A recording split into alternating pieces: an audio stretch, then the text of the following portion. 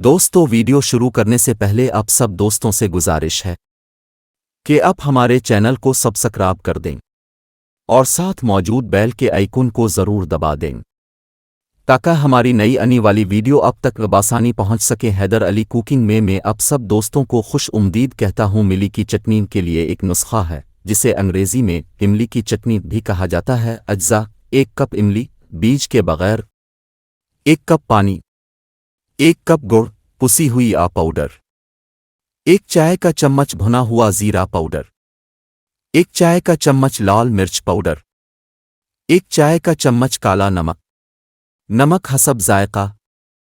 हिदायत: बगैर बीज के इमली को पानी में तकरीबन 1-2 घंटे तक भिगो दें या जब तक ये नरम ना हो जाए।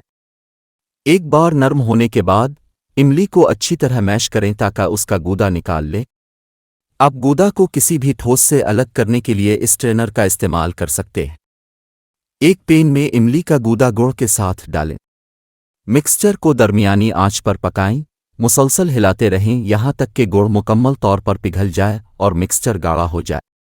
मिक्सचर में भुना हुआ जीरा पाउडर, लाल मिर्च पाउडर, काला नमक और बाकायदा नमक शामिल करें। यकजा करने के लिए अच्छी तरह हिलाएं। चटनी को मज़ीद 5-10 मिनट तक उबालने दें जब तक कि ये आपकी मतलूबा मुस्तकिल मिजाजी तक ना पहुंच जाए।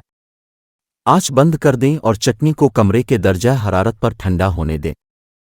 ठंडा होने के बाद चटनी को साफ एयर टाइट कंटेनर में मुंतकिल करें और इसे रेफ्रिजरेटर में महफूज करें।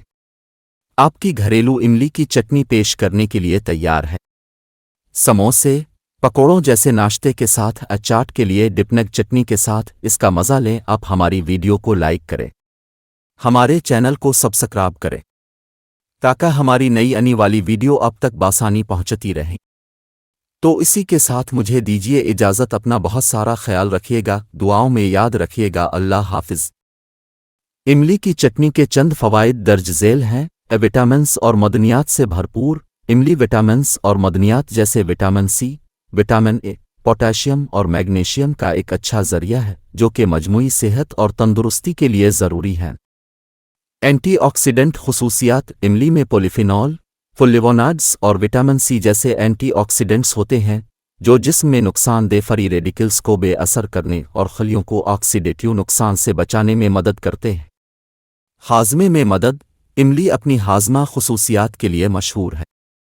इसमें ग़िज़ाई रेशा और कुदरती तेज़ाब होते हैं जो हाज़मे में मदद करते हैं, कब्ज़ को दूर करते हैं और आंतों की बाकायदा हरकत को फ़रोग़ देते हैं।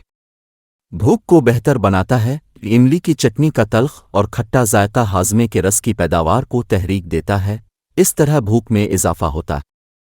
क़ुव्वत मुदाफ़अत बढ़ाता है। इमली में विटामिन सी की मौजूदगी मुदाफ़ती निज़ाम को मज़बूत बनाने में मदद देती है जिससे जिस्म इन्फेक्शन और बीमारियों के ख़िलाफ़ ज़्यादा मुज़ाहिम होता है।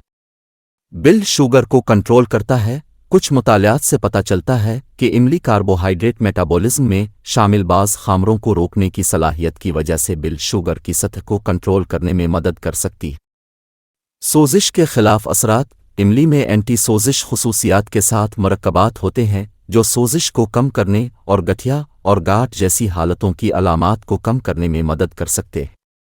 दिल की सेहत को फ़रोग़ देता है।